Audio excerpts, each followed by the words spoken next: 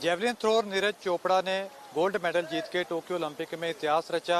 आज हम उनके गांव में मौजूद हैं। आज घर पे आए थे और जहां से लोगों से मुलाकात भी उनकी हुई। हमारे साथ कुछ उनके गांव से जो नीरज चोपड़ा के दोस्त हैं, जो बचपन में उनके साथ रहे, उनसे बात करते हैं कि इनका क्या कहना है नीरज चोपड़ा के बारे में। सबसे पहले इनसे बात करते हैं। ये टी शर्ट भी आज इन्होंने, सबसे खास बात है, नीरज चोपड़ा की जो टी शर्ट है वो भी आज पहनी हुई है। सबसे पहले बात करते हैं। सबसे पहले नाम बताए आप। संदीप कुमार। आप ये बताए कब से आप नीरज चोपड़ा को जानते हैं? बचपन से जानते हैं जी। बचपन में साथ पढ़े हैं, साथ मतलब कहाँ तक पढ़े? ये 7वीं 8वीं क्लास तक नीरज था यहाँ पे, तो वो मुझसे जूनियर था। अच्छा, कैसे थोड़ी सी बचपन की यादें आज बताएं। नीरज के साथ कैसे थी, कैसे उन्होंने जेवलिन शुरू की, कैसे वो आगे बढ़े? स्टार्टिंग में तो नीरज बचपन में नटखट था पूरा, तो उसके बाद वो पानीपत जाने लगा, तो वहाँ से उन्होंने जेवलिन स्टार्ट की और उसके बाद आज वो हमारे सामने है। बचपन में कोई ऐसी याद जो कोई अलग हो और बचपन में शरारतें आपने साथ की हो? बहुत शरारतें जी, ऐसे तो मतलब नटखट था बिल्कुल। हमेशा शरारत में ध्यान रहता था उसका ज़्यादातर। मैं भैंस के ऊपर बैठ जाता था, ऐसी बहुत ज़्यादा शरारतें उसकी। और कोई खास कोई याद हो? जी खास तो बहुत है, फिर अब थोड़ी एक दो तो बताइए। नहीं, वो कुछ हमारे अंदर भी रहनी चाहिए आपस की, क्योंकि जब आते हैं तो उनको याद करते हैं और मतलब एंजॉय करते हैं। अच्छा, आज वो यहाँ पे आए थे पहली बार गोल्ड मेडल जीतने के बाद, क्या मुलाकात हो पाई? नहीं, वैसे ही हुई थी, दूर से ही मुलाकात, क्योंकि पब्लिक बहुत ज़्यादा थी, पब्लिक भी कंट्रोल करनी थी, तो इस वजह से नज़दीक तो जा नहीं पाए, वैसे दूर से हुई थी।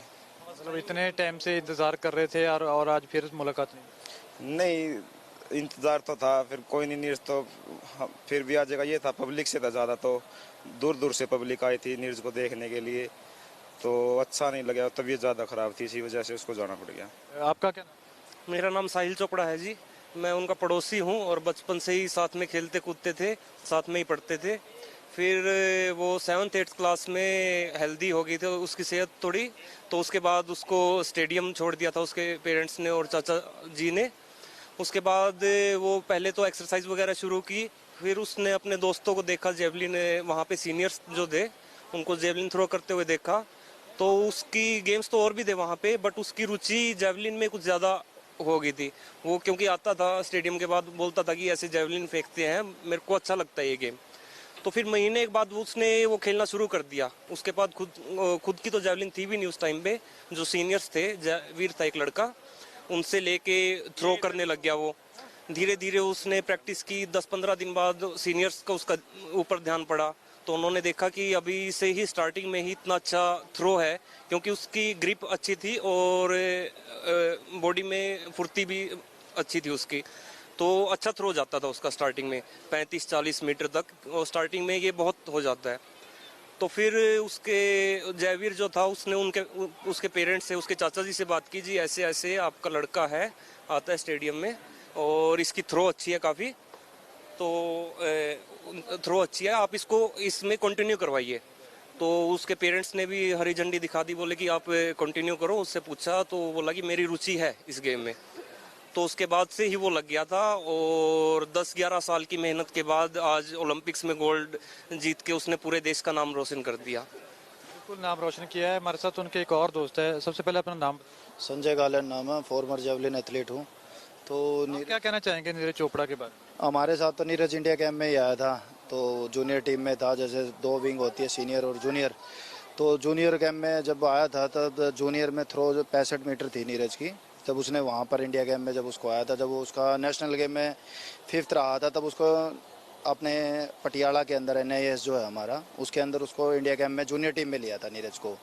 और वहाँ पर क्या होती है, जैसे आप लोकल स्तर पर अगर जेवलिन करते हो तो जो अपना मेरठ की कंपनी है नेल्को वगैरह, उनकी जेवलिन होती है जो कि 60 से 65 हज़ार रुपये की जेवलिन आती है। जो इंडिया गेम में जेवलिन मिलती है आपको, वो 4.5 लाख रुपए की कीमत की होती है, नॉर्डिक कंपनी की जेवलिन। आप उसकी ग्रिप पकड़ोगे और उसकी ग्रिप पकड़ोगे तो उसमें दिन रात का अंतर होता है, क्योंकि वो जो जेन्युइन चीज़ है, जो स्वीडन की कंपनी है, जो नॉर्डिक कंपनी है, और उससे नीरज ने जब फर्स्ट थ्रो लगाई थी तो 72 मीटर लगाई थी। 65 मीटर से वो लड़का आया था वहाँ इंडिया गेम में, तब उसकी पहली थ्रो 72 मीटर थी।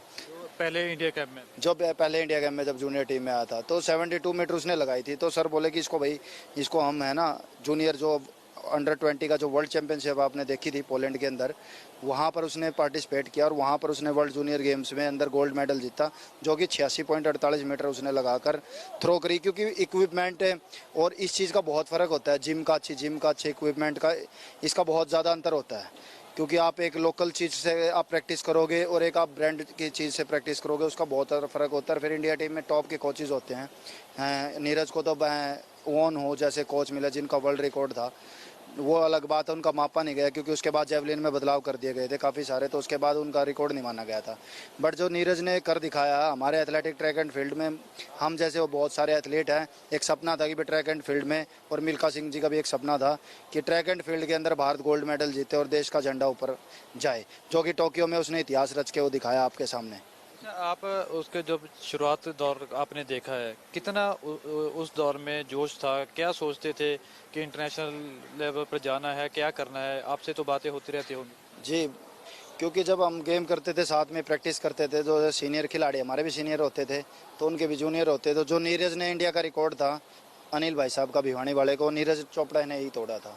हमने भी जेवलिन फेंकी, हमसे नहीं टूटा, और नीरज ने ही उनका इंडिया रिकॉर्ड तोड़ा था। और नीरज ने जब एशियन गेम्स में मेडल लगाया तब उसने एशियन रिकॉर्ड भी बनाया था 88.07 मीटर 06 मीटर जो उसने थ्रो लगाई थी, जो उसने अपने एशियन गेम्स के अंदर लगाई थी इंडोनेशिया में।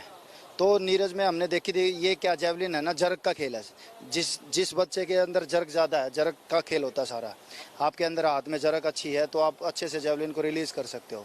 जब जेवलिन अच्छे से रिलीज़ होती है, नीरज के अंदर कोच साहब भी कहते थे कि नीरज भाई तेरे अंदर पोटेंशियल अच्छी है, कि तू जो तेरी जर्क है वो बहुत ही अच्छी है। और भी बहुत सारे खिलाड़ी थे उनके अंदर इतनी अच्छी जर्क नहीं थी, हम भी थे टीम में, तो हमारे अंदर इतनी अच्छी जर्क नहीं थी जो नीरज के अंदर थी।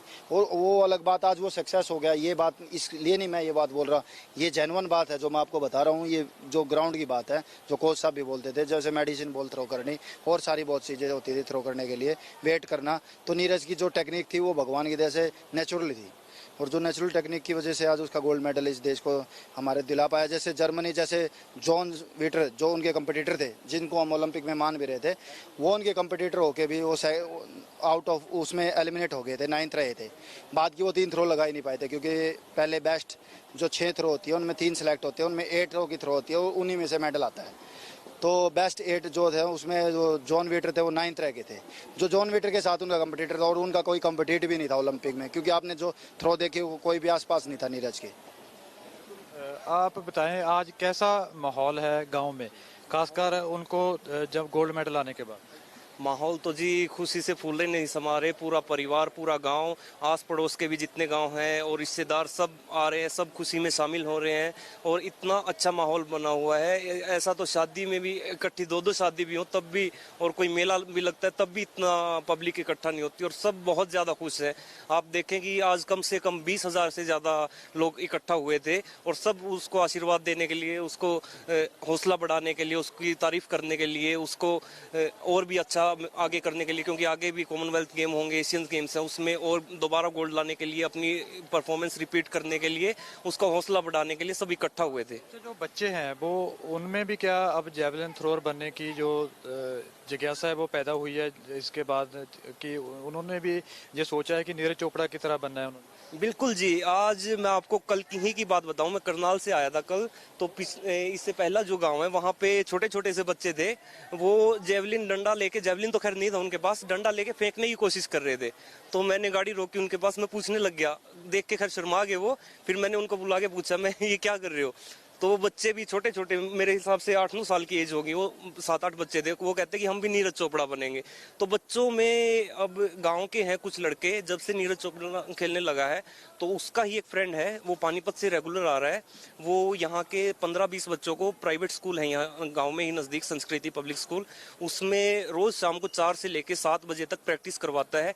खाली जेवलिन की नहीं, रनिंग हो, हाई जंप हो, लॉन्ग जंप हो, जो भी गेम जिसमें भी बच्चे की रुचि है, हर कोई चाहता है कि हमारा बच्चा भी बड़ा होके अच्छा प्लेयर बने, अच्छा खेल खेले और मेडल लेके आए देश के लिए। इस गांव में नीरज चोपड़ा ने अब ओलंपिक गए हैं, गोल्ड मेडल जीता है, क्या यहाँ पे खेलों के लिए सहूलतें हैं जो होनी चाहिए, जो बुनियादी सहूलतें हैं? ऐसा है जी, एक स्टेडियम की तो कमी है, बाकी क्योंकि नीरज चोपड़ा ही पहले प्लेयर थे जो इस गांव से, उससे पहले कोई खिलाड़ी नहीं था यहाँ से। शुरुआत नीरज चोपड़ा ने ही की, और देखो शुरुआत भी कैसी की, ओलंपिक में गोल्ड लेके आए। तो उसके बाद पेरेंट्स का ये है कि हम भी अपने बच्चों को, क्योंकि उससे पहले तो यही था कि स्टडीज में ही स्कोप है, बट जब नीरज का देखा कि भाई फेम भी आ रहा है, मेडल्स आ रहे हैं और देश में इतना अच्छा नाम हो रहा है और पॉपुलैरिटी भी इतनी अच्छी है, तो सभी ये चाहते हैं कि हमारा बच्चा भी आगे गेम्स में जाए और मेडल, देश का नाम रोशन करे। हाँ, जो आपकी बात है कि सहूलतें तो थोड़ी कम है क्योंकि कोचिज नहीं है और स्टेडियम नहीं है, बाकी बच्चों में हौसला है, उनके मन में विश्वास है कि हम भी, क्योंकि नीरज यहाँ से 15-16 किलोमीटर दूर जाता था पानीपत डेली प्रैक्टिस करने के लिए, उससे तो ज़्यादा सहूलतें हैं ही। अब तो बस की फैसिलिटीज़ भी अच्छी है, बाकी अगर गांव में स्टेडियम बन गया तो फैसिलिटीज सारी कंप्लीट हो ही जाएंगी ऑलमोस्ट।